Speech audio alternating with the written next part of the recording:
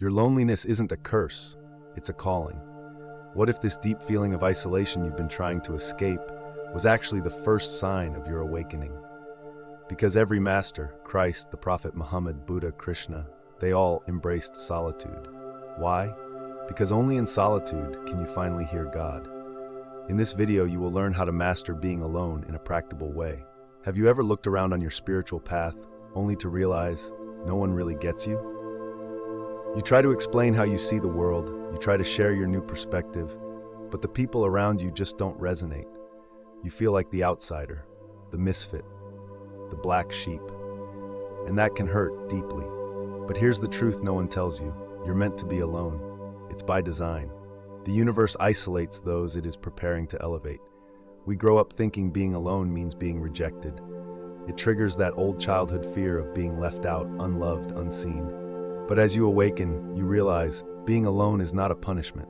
It's a sacred space, a cocoon, a womb of transformation. Because when you're alone, the noise of the world fades, and for the first time, you can actually hear your soul whispering. Here's something that might shake you. Every time you're with people, anyone, you're wearing a mask. That's not a judgment. It's just how we survive in a society that demands personas, smiles, politeness, roles. But who are you when the mask comes off?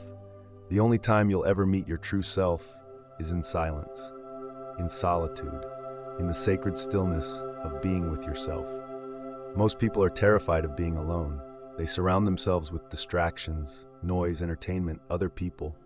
Why? Because being alone means facing what's inside, and most people don't want to see what's there. But you're different. You've been chosen for elevation, and to elevate, you must go inward. As the mystic Pascal once said, all of humanity's problems stem from man's inability to sit quietly in a room alone. And he was right.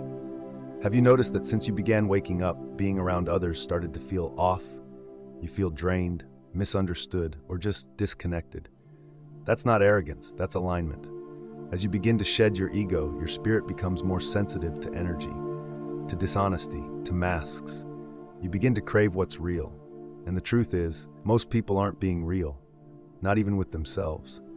So naturally, your soul withdraws, not out of bitterness, but out of instinct. Silence is not emptiness, it's full of answers. In silence, the mind slows down, the ego dissolves, and something sacred begins to emerge. Your thoughts become clearer, your awareness sharpens, and for the first time, you start to hear something deeper, God. Because prayer is speaking to God. But meditation, that's listening. And in the stillness, you hear what you were too busy to notice all along. There's something sacred that happens when you stop resisting being alone and start embracing it. Solitude stops being a cage and starts becoming your temple. Because being alone isn't just a spiritual phase, it's a superpower. It's the container where your real self finally has space to breathe. You're not being punished, you're being prepared. Solitude is a form of incubation. Think about it. The caterpillar must enter the cocoon before becoming the butterfly. It doesn't transform in public. It transforms in darkness, stillness, and isolation. And so do you. When you're alone, you finally have time to meet the parts of yourself you've hidden, the parts you've rejected, repressed, or labeled as bad. But here's the thing. You don't need to fight your shadows. You just need to talk to them. Not in a mystical way. In a human way. Understanding your shadows is how you rise beyond them, because once you accept them, they no longer control you. Let me drop something on you. A different frequency is a different language and leads to a different world. When you begin to detach from societal conditioning, you start vibrating on a new level, and suddenly the world feels foreign. You walk differently, you think differently, you see through things. And that's the power of being alone. It pulls you away from the hive mind and reconnects you with your own frequency.